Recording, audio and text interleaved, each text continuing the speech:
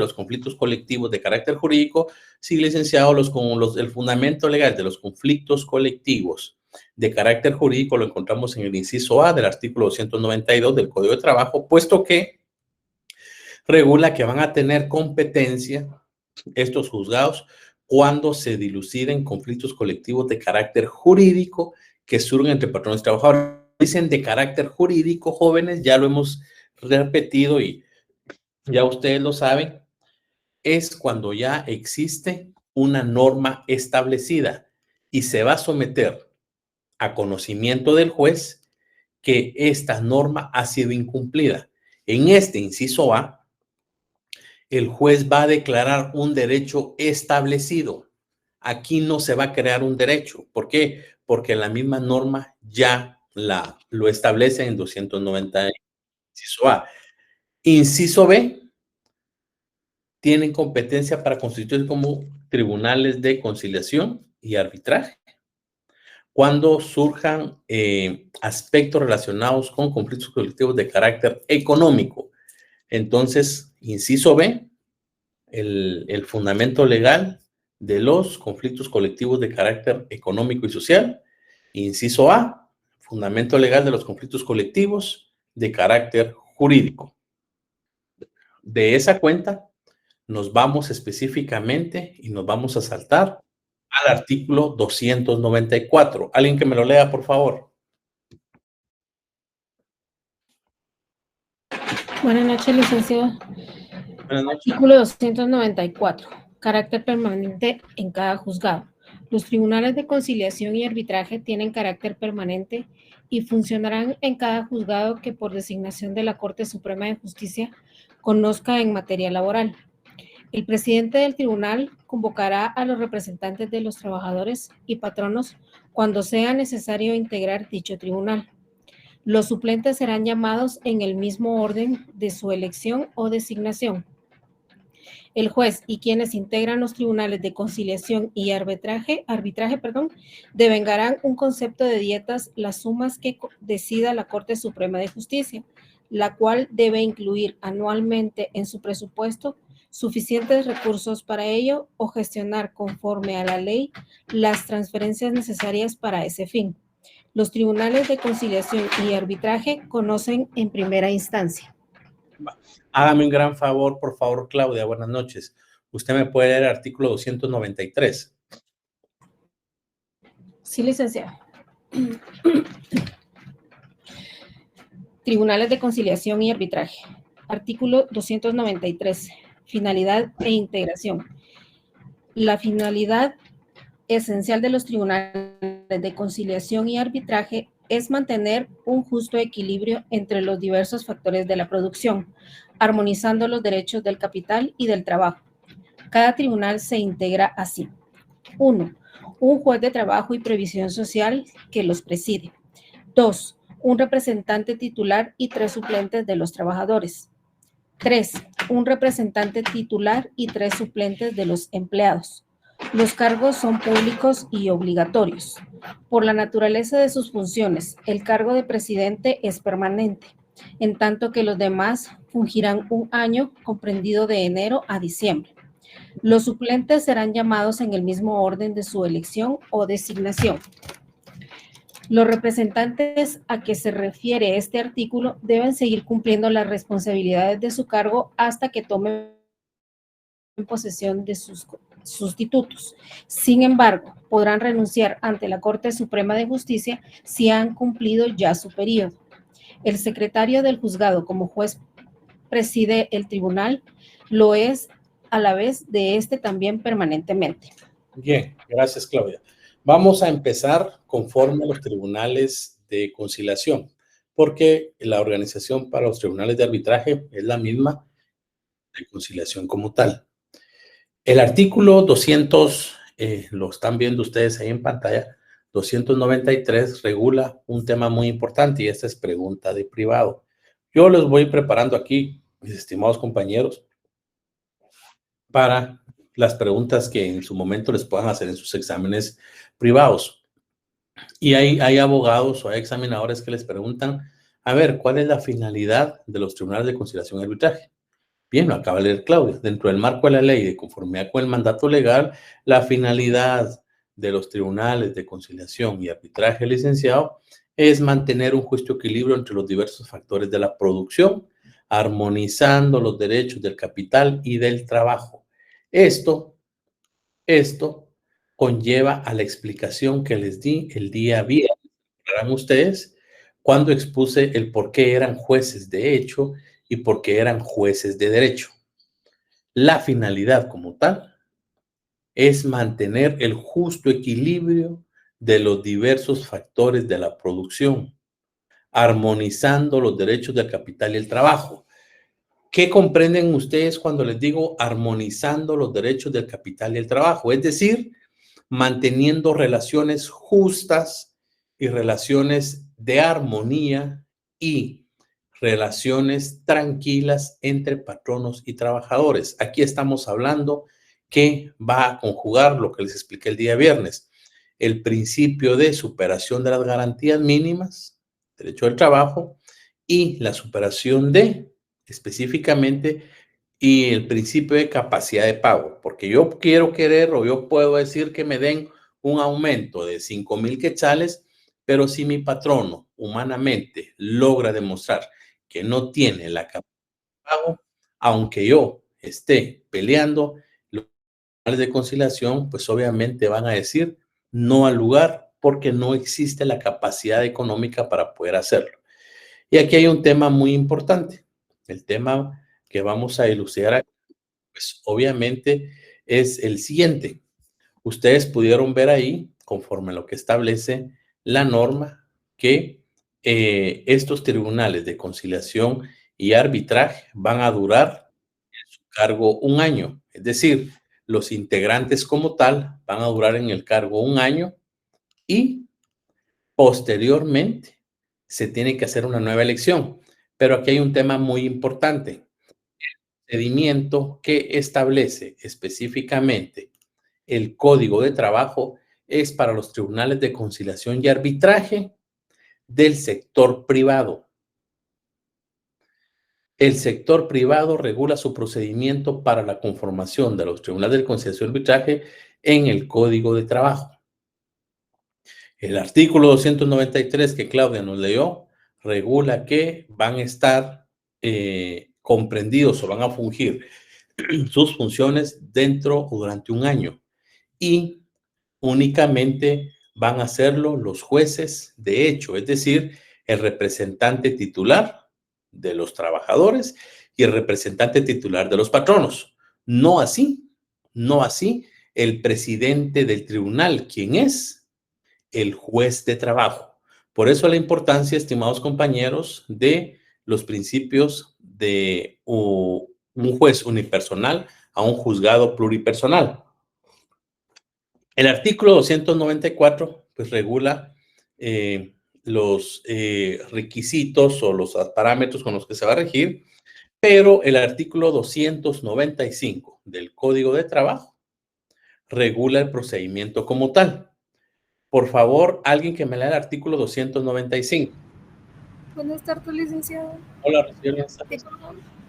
295. Los representantes de los trabajadores y empleadores serán propuestos por sus respectivas organizaciones a la Corte Suprema de Justicia a más tardar el último día hábil del mes de noviembre de cada año, para que ésta califique dentro de los 15 días siguientes si los candidatos a ser nombrados reúnen o no las calidades que la ley exige. De no ser así, o en los casos que no se presenten candidatos o que no se complete el número de cada parte, debe proponer. Queda facultada a la Corte para designar libremente como integrantes de una u otra parte a las personas que satisfagan los requisitos de la ley. La lista con los nombres de quienes resulten nombrados deberá remitirse a los juzgados de trabajo y previsión social inmediatamente que sean designados. Será también publicada en el diario oficial y en otros medios de comunicación social, así como enviada al Colegio de Abogados. Perfecto. Cuando a inicio de clase yo les dije, yo pregunto solo lo que vemos en clase, y aquí ya les va una pregunta, ya les van sus primeros puntos. Estimados compañeros, por favor, indique el procedimiento que regula o indique el procedimiento para nombrar a los miembros de los tribunales de conciliación y arbitraje del sector privado y fundamente su respuesta. Ustedes van a explicar el artículo 295. Lean, por favor. Por favor, explique o detalle el procedimiento para nombrar a los miembros o a los representantes de los patronos y trabajadores que integrarán el Tribunal de Conciliación del sector privado. Perfecto, licenciado. Nos vamos específicamente al artículo 295.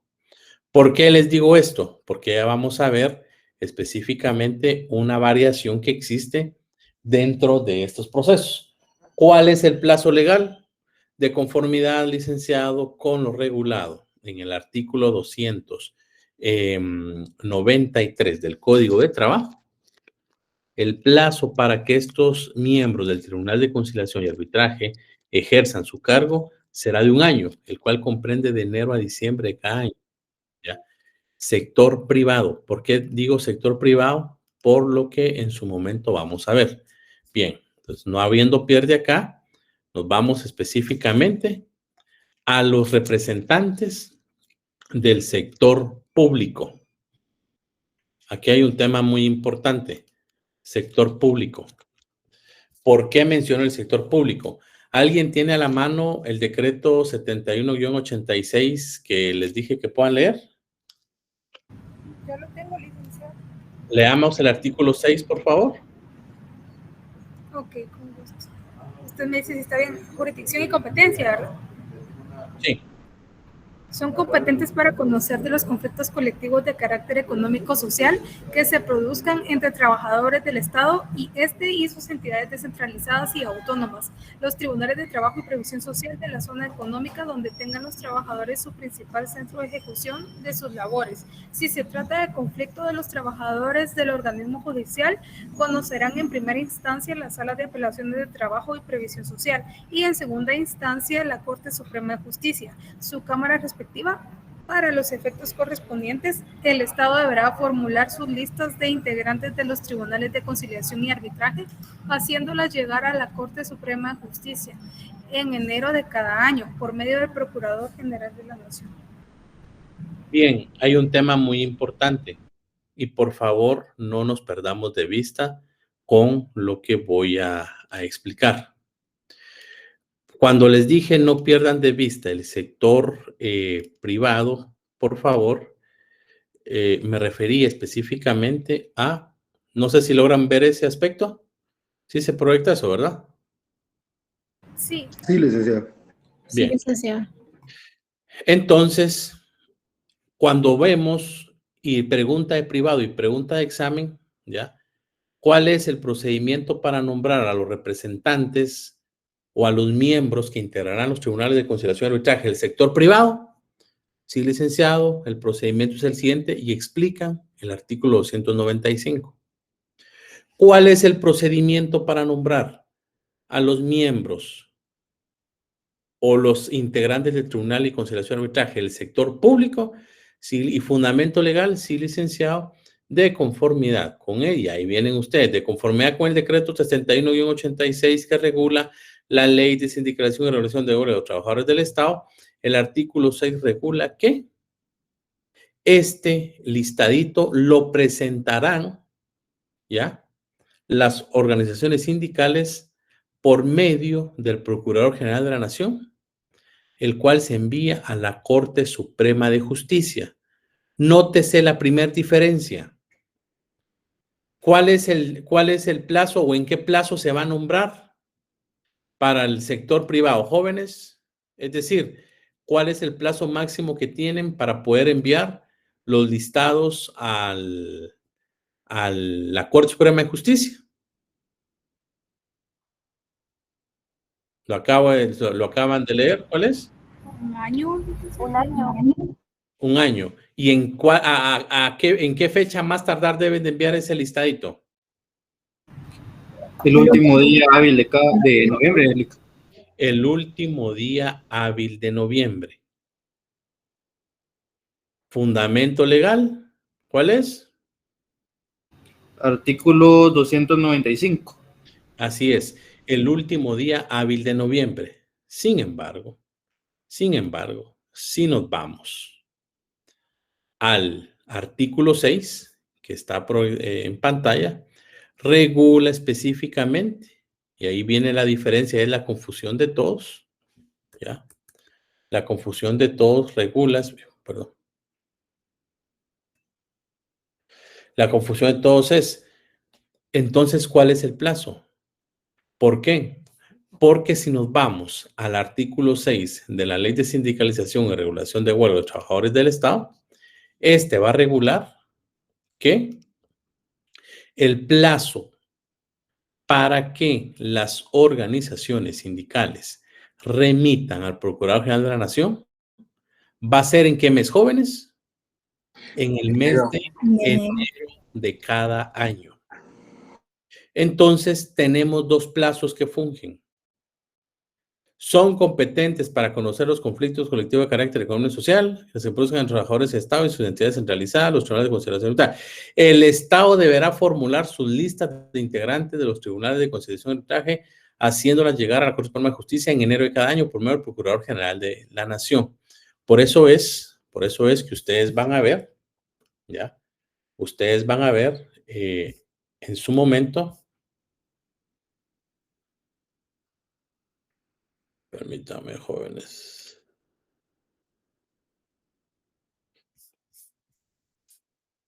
Ay, Dios mío. Por eso es que ustedes van a ver. Ahí está.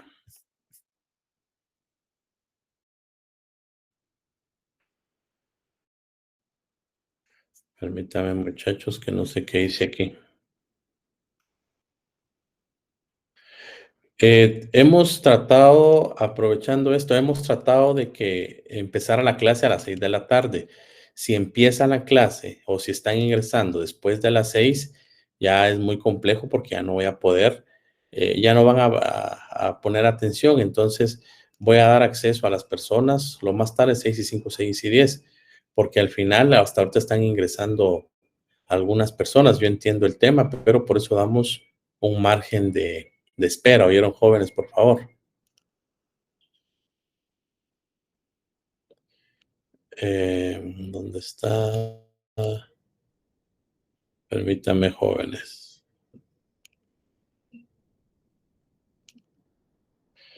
Por eso es que, de una u otra manera, ¿ya? Procuraduría General de la Nación, en el mes de diciembre de cada año, publica este aviso. No sé si se logra proyectar en pantalla. Sí, licenciado. Sí, licenciado. Bien, entonces deben de hacerlo específicamente en el mes de diciembre de cada año. ¿Por qué? Por el simple hecho de que deben de trasladar este listadito a más tardar en el mes de enero. Por eso es que pueden ustedes acá. En cumplimiento del artículo 6 de la Ley de Sindicalización y Regulación de los Trabajadores del Estado, decreto 79/86 del Congreso de la República de Guatemala, se solicita a las entidades del Estado, centralizadas, descentralizadas y autónomas, remitir a esta institución las designaciones correspondientes de los integrantes para conformar los tribunales de conciliación y arbitraje para el año 2025. Fecha límite de entrega, 13 de enero. Lugar, PGN Central. Entonces, ¿qué es lo que pasa acá? Lo que pasa acá es que de una u otra manera, esto genera confusión dentro de ustedes mismos. ¿Por qué? Porque al tener específicamente los dos procesos, a veces se confunden. Entonces, tenemos dos plazos. El plazo específico, ¿ya? Para poder nombrar a los miembros del Tribunal de Conciliación y Arbitraje del sector privado es a más tardar en el mes de diciembre para que empiecen a fungir en su puesto o en su nombramiento de enero a diciembre. En el sector público, el plazo es a más tardar para presentar la primera quincena de enero. para que a finales de enero estos estén nombrados. Entonces, el plazo para el sector público, ¿qué plazo es, jóvenes? Del 1 de febrero del año al 31 de enero del año siguiente. ¿Me siguen? ¿Van conmigo? Sí, licenciado. ¿Está claro eso? Porque a veces me confunden. Sí, licenciado, solo una consulta. Bueno, por lo que mencionó ahorita, entonces sería, bueno, yo lo tenía apuntado acá como el último día hábil para el sector privado, sería en el mes de noviembre. El último día hábil, perdón, Hábil de noviembre. el último día hábil, no Ok. el último día de noviembre, porque muchos confunden, es que es el 30 de noviembre, no. Supongamos que el 30 de noviembre cae sábado, ¿qué día es el último día hábil? Sí, el día viernes. El día viernes 29. Entonces no confundir eso, por favor, pero sí es el último día hábil de noviembre. Ah, ok, perfecto. Gracias, Lee. Y el sector público, estamos hablando de conformidad con lo que estamos proyectando acá, ¿ya? En enero de cada año.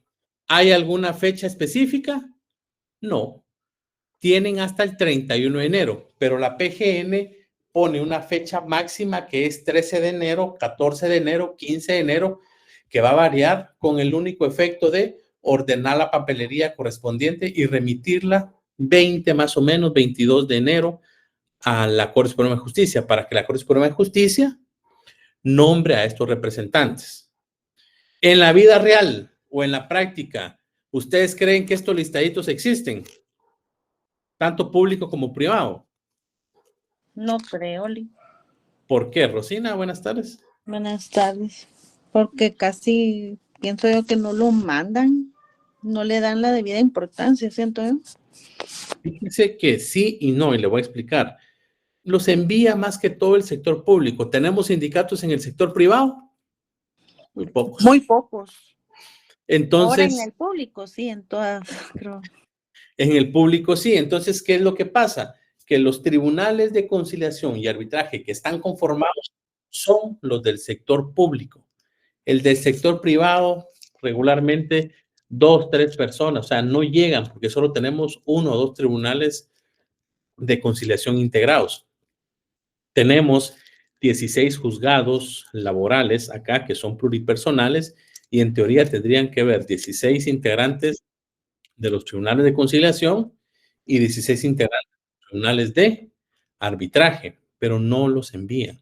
Entonces, en la práctica, la ley está de esta manera, pero no existe una regulación como tal que diga, bueno, sí, hacer de esta manera. Es parte, ¿por qué se los digo? Para que ustedes, pues obviamente tengan el conocimiento, pero en la práctica, lamentablemente, no sucede esto. ¿Ya? Pero es importante que ustedes, pues, tengan conocimiento. Requisitos. Artículo 200, sector privado. Artículo 296 del Código de Trabajo. Y específicamente, ¿tenemos algún requisito en la ley de trabajadores de sindicalización y regulación de los trabajadores del Estado? No. Entonces se va a aplicar supletoriamente el Código de Trabajo.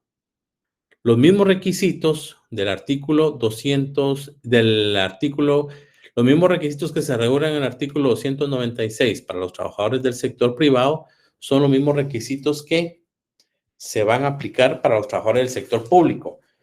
¿Deben de ser abogados? ¿Alguien que me lea el artículo 296, por favor, del Código de Trabajo? Muy bien.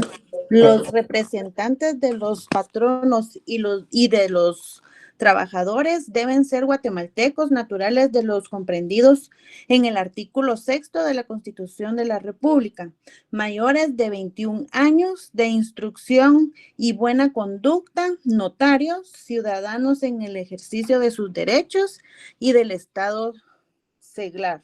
Además, deben ser domiciliados en la zona jurisdiccional del juzgado respectivo. No pueden ser conciliadores ni árbitros los abogados, ni los miembros del organismo judicial, salvo el presidente del tribunal. Gracias, Rosina. Solo la palabra es notorios, no notarios, ¿oyeron? Porque no deben de ser ni notarios ni abogados. Si alguien tiene notarios ahí en su código, es notorios. Es notorio.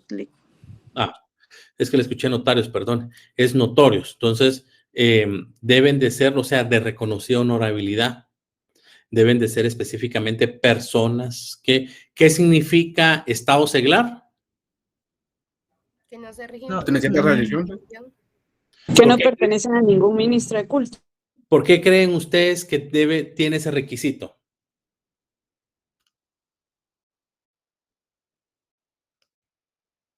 Quizá para no mezclar ideologías, licenciado. Tal vez para ser imparcial. Hola, Gabriela. Hola, ¿quién más me habló? No recuerdo, no vi. Más que ideologías, Gabriela, sí, pero es para que la fe, no estoy hablando de religión, estoy hablando de relación. ¿Qué es la fe, jóvenes? Si nos vamos a la Biblia, Hebreos 11:1 regula que la fe, La certeza de lo que no se ve. la certeza de lo que se espera y la convicción de lo que no se ve. de lo que no se ve. Entonces, si yo vengo y les empiezo a hablar a ustedes por medio de la religión, ustedes van a decir, bueno, este leak, ¿qué está pasando? Entonces, ¿qué es lo que pasa mucho? ¿Qué temas se están discutiendo acá en la discusión de un pacto colectivo, jóvenes? ¿Qué temas se discuten en la discusión de un pacto colectivo? Intereses económicos y mejoras. Mejoras para los trabajadores, mejoras económicas. Interés económico. ¿Y qué pasa si una persona pertenece a una religión o clero religioso o una religión como tal y empieza, es que si usted le aumenta a sus trabajadores se va a ganar el cielo, porque ha pasado y lo primero que hacemos es recusarlos? Manipulación. Exactamente, presentar un protesto, pero se protesta por una u otra manera. ¿Por qué? Porque están utilizando la religión, lo que hace la mayoría de gente, pero aquí estamos en una academia, ¿verdad? Entonces podemos opinar. Entonces, por eso es que deben de ser, ¿ya? Tal y como lo regula el artículo 296 del Estado seglar. No deben de ser integrantes del organismo judicial, salvo el presidente del tribunal, que lo será el juez. Jueces legos. ¿Qué significa lego, jóvenes? Jueces que no tienen la obligación de conocer específicamente la ley. ¿Por qué no tienen obligación de conocer la ley, jóvenes? Lo platicamos al principio. ¿Cuál es la finalidad de los tribunales de conciliación y arbitraje? Conciliar. Dentro del marco de la ley, ¿cuál es? Resolver un conflicto imparcialmente. Claro. Vayámonos otra vez al 293 que les mencioné al principio y leámoslo otra vez, por favor. El primer párrafo nada más. La finalidad esencial de los tribunales de conciliación y arbitraje es mantener un justo equilibrio entre los diversos factores de la producción, armonizando los derechos del capital y del trabajo. Ahí estamos. Gracias, Gabriel. Es decir, mantener el justo equilibrio. Perfecto. Vamos a entrar a una negociación colectiva. Perfecto. Esto es lo que produce la empresa. ¿Ok? Esto es lo que yo ofrezco. ¿Ok? Perfecto. Y empieza la negociación como tal. Esa es la finalidad esencial. No nos perdamos. Yo sé que ya lo saben, pero es importante que lo resumamos. Esto lo vamos a ver en su momento, ya, cuando ya veamos directamente todo el tema de las decisiones del Tribunal de Conciliación y el Tribunal de Arbitraje. ¿Por qué? Porque al final las decisiones del Tribunal de Conciliación y Arbitraje, las del Tribunal, perdón, de Conciliación no deben de ser vinculantes. Sí son vinculantes cuando ya nos vamos a un Tribunal de Arbitraje. ¿Se recuerdan que vimos eso dentro de las características, dentro de los principios, que no son vinculantes como tal? ¿Alguna duda? Por el momento no. ¿Está claro? ¿Van conmigo? ¿Tienen alguna duda? Yo digo que sí. ¿Cuál duda tiene, Rosina? Es que me podría repetir lo del sector público y lo del sector privado. Sí. Ok, en el artículo 295 del Código de Trabajo es lo que nos vamos a ¿regir? enfocar, a regir en el sector Privado. privado. Ajá. Ahí está. Y los listados los podemos también regular en este artículo el último día hábil de noviembre. Los debemos de enviar a la Corte Suprema de Justicia el último día hábil de noviembre. La palabra, por eso se lo dije a Kevin, es el último día hábil, no el último día de noviembre. Muchas personas en su momento, disculpen la palabra coloquial, planchaban o cometían error, incluso en los privados o en los exámenes. ¿Cuál es el plazo para enviar los listados de los miembros del Tribunal de Conciliación y Arbitraje del sector privado? El último día de noviembre. Malo. Es el último día hábil. Y su plazo va a ser de enero a diciembre de cada año. Sector privado, Rosina. De enero a diciembre. Ok. Y en el sector público, Ajá. nos vamos a regir en el artículo 293. No. Sector público nos va... En el artículo 6 del decreto de la ley de... El decreto 71 ¿qué? 86. 86, aquí está. Que regula la ley de sindicalización y regulación de la huelga de los trabajadores del Estado. Ok. Ahí está, ya hice mi anotación aquí en la... Se debe de enviar... En enero, pero usualmente entre el 15 y 20 de enero.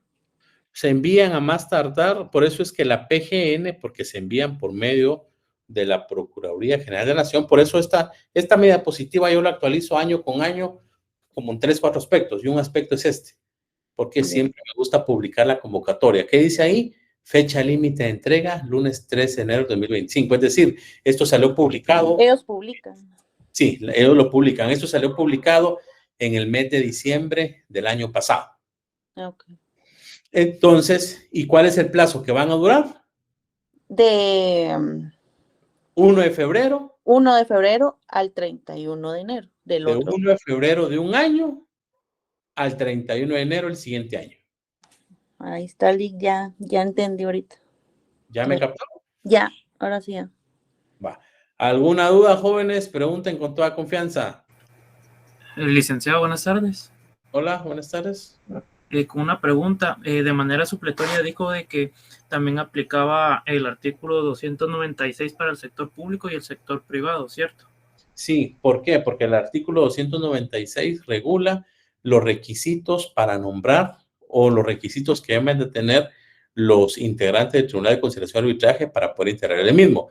Pero como no regula un requisito, el decreto 71-86, aplicamos supletoriamente los requisitos que regula el artículo 296 del Código de Trabajo. ¿Va conmigo? Gracias, licenciado. Ok. Pregunten, por favor, jóvenes. Licenciado, esa pregunta solo es para efectos de examen. ¿Para el día del examen se podrá entrar el código? No necesariamente, lo deben de llevar aquí. Gracias, licenciado. Ya antes yo preguntaba fundamentos legales, pero era para hacerlos, para forzarlos, por decirlo así, a que se aprendieran fundamentos legales. ¿Saben por qué, jóvenes? Tal vez ustedes no lo visualizan algunos, otros sí, pero cuando uno examina los exámenes privados, uno le dan una minuta o le dan no es minuta, rectifico, es un checklist o es una hoja de ponderación en donde uno va a manejo de leyes. Y dentro del manejo de leyes se incluye específicamente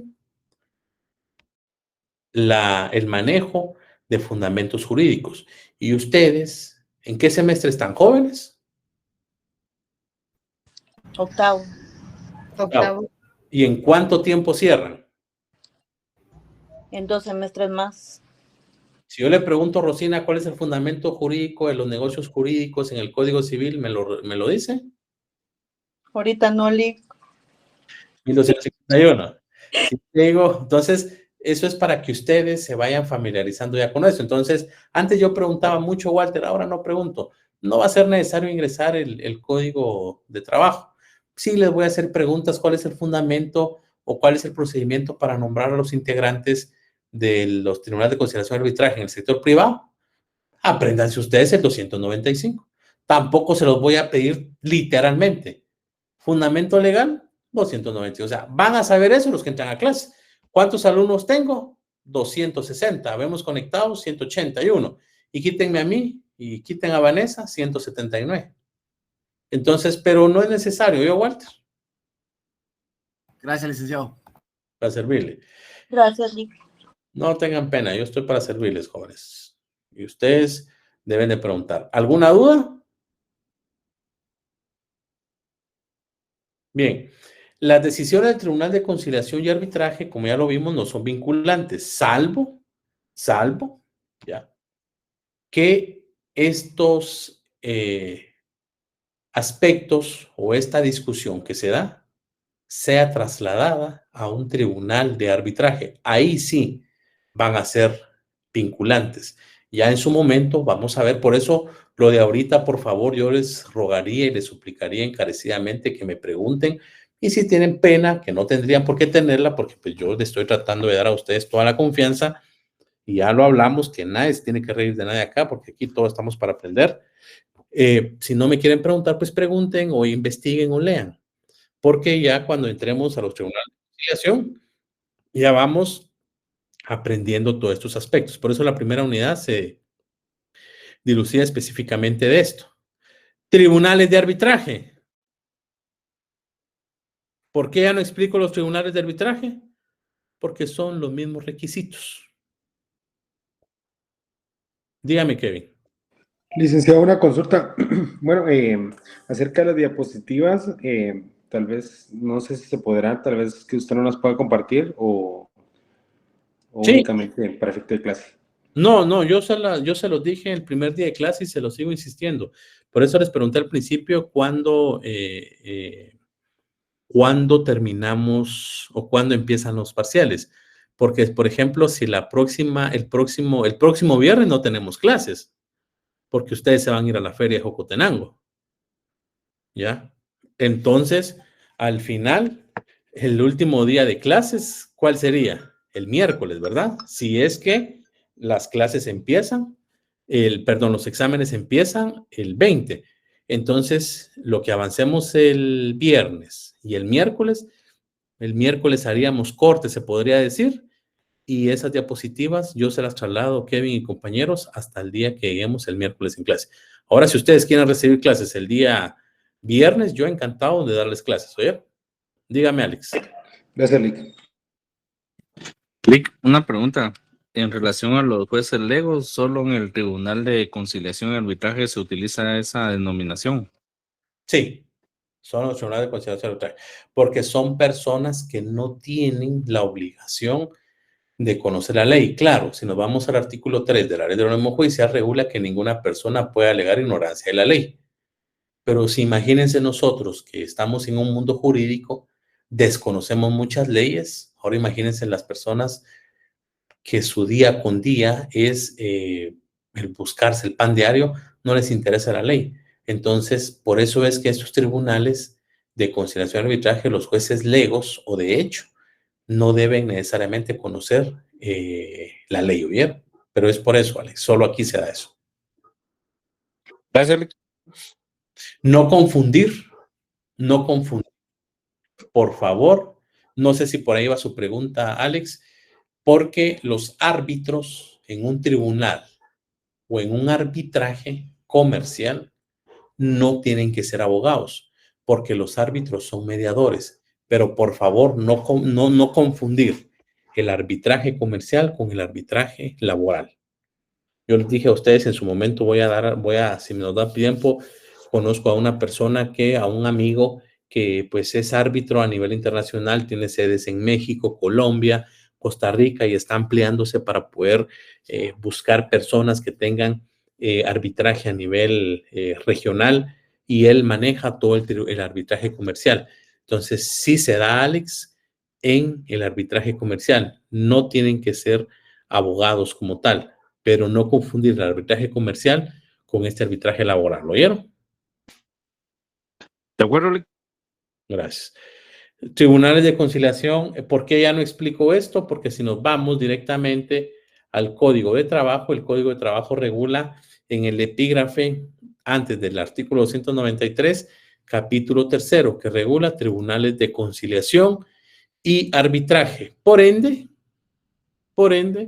los mismos requisitos que regula el artículo 293 al artículo 296, 97 del Código de Trabajo, 99, ¿ya?, van a aplicar para los tribunales de arbitraje. La competencia y su distribución en materia procesal colectiva. Numeral 7. Si se dan cuenta, ¿se proyecta ahí lo que estamos viendo? Sí, licenciado. Yo esperaría finalizar el curso en las próximas 2 clases que tenemos hasta los sujetos procesales, y esperaría que en el primer parcial ingrese toda la primera unidad, para que en el segundo parcial ingrese toda la segunda unidad, y en la tercera unidad, que es pequeño, arbitraje, y en la tercera unidad, óigame a mí, en el examen final, arbitraje y juicio ejecutivo laboral. ¿Tienen alguna duda, estimados compañeros? Licenciado, antes de poner la diapositiva del inciso número 7, ¿podría poner la anterior, por favor? Después de esa, acabar. ¿Esa? Esa. Sí, correcto, licenciado. Para servir. Gracias. Dígame, Flori, buenas tardes. Buenas tardes, Lick. Disculpe. A mí no me ha quedado muy claro cuando empieza una negociación colectiva, ¿cómo es que se puede dilucidar si se va por la vía de arbitraje o es al finalizar todo el proceso normal de una negociación que ya se decide que se van por el lado de arbitraje porque no llegaron a conciliar algo? Si me pudiera dar una... Sí, no se preocupe, esa pregunta se la va a responder usted misma en el transcurso de la clase, pero se la respondo de una vez. ¿Se recuerdan cuando expliqué, Flor y compañeros, que primero, antes de acudir a la vía judicial, que la vía judicial es tribunal de conciliación y arbitraje? El arbitraje, Flor, vamos a empezar por lo último. El arbitraje es lo último.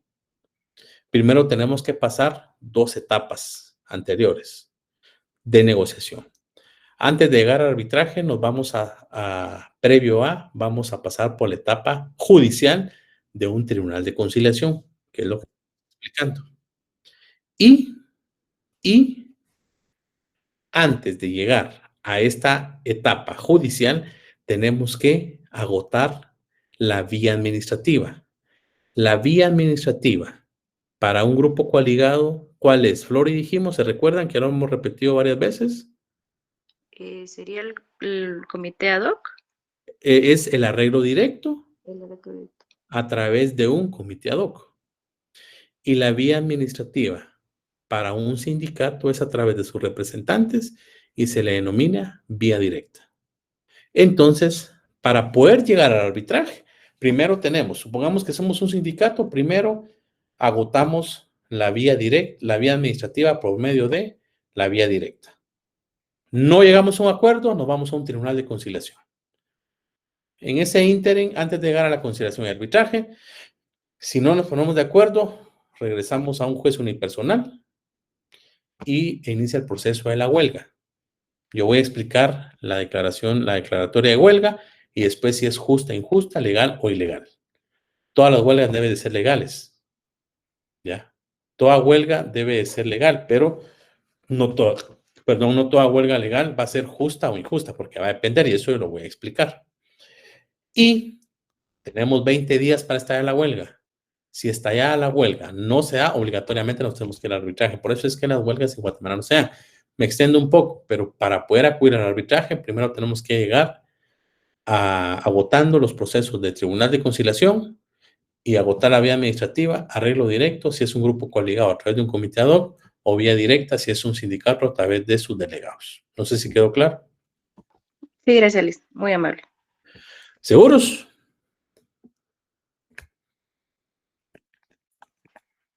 Bien, si no me doy a entender o si ven que voy muy rápido, interrúmpame por favor, porque yo cuando era estudiante, me costó aprender derecho colectivo. Tuve que aprender en la calle porque pues no me lo explicaron o explicaba muy rápido. Entonces yo me tomo el tiempo para poder resolver sus dudas. Dígame, Aurelisa. Aura. Buenas noches, Lick. Hola. Sí, buenas noches. Mire, entonces, ¿cómo se llama lo que pasó con los maestros que paralizaron, qué? Tantos días, más de 30 días por ¿eso qué es, Lick? ¿Huelga o paro ilegal o cómo sería? Perdón. El paro es para los patronos. Eso es una huelga ilegal. Y si el gobierno logró faccionar los procedimientos correspondientes y realiza bien los procesos, estoy hablando conforme academia y estoy hablando conforme la experiencia que yo he tenido en esos aspectos y más que experiencia dentro del marco de la ley, puede iniciar el gobierno varios incidentes de despido. ¿Cuántos días estuvieron ahí? 79 días, digo que habían paralizado. Imagínense.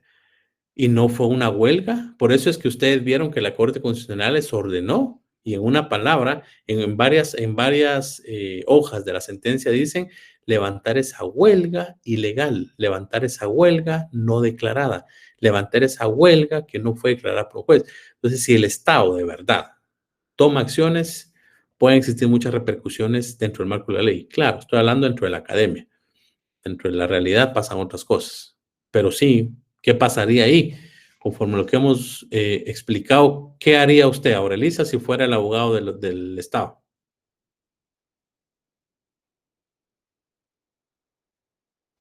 Hay tomar medidas drásticas, Lick, con esos maestros. Despidos, como he visto. Más que medidas drásticas, iniciar los procesos correspondientes para los procedimientos sancionatorios posteriores, que ahí sí cabe, porque fueron 79 días. Ya. Sí, gracias, Lick. Para servirle. Bien, compañeros, ¿tienen alguna duda? No, Lick. Bien. Gracias, Kevin. Conforme lo que hemos platicado, son las 7 menos 10. Voy a cortar acá para que tengan 10 minutos para estirarse, tomar agua, ir al baño, comer algo, y en lo que empieza su próxima cátedra a las 7. Dios mediante, nos miramos el día viernes a las 7:10, 7:05, 7:10 de la noche para continuar con lo que corresponde, que es, y si lo pueden leer, la competencia y su distribución en materia procesal colectiva. ¿Oyeron? Gracias, licenciado. Gracias. Gracias, Lick. Feliz noche. Gracias, licenciado. Gracias, Lick. Excelente Buenas clase. noches, Lick. Buenas noches. Muchas gracias. Feliz noche, licenciado.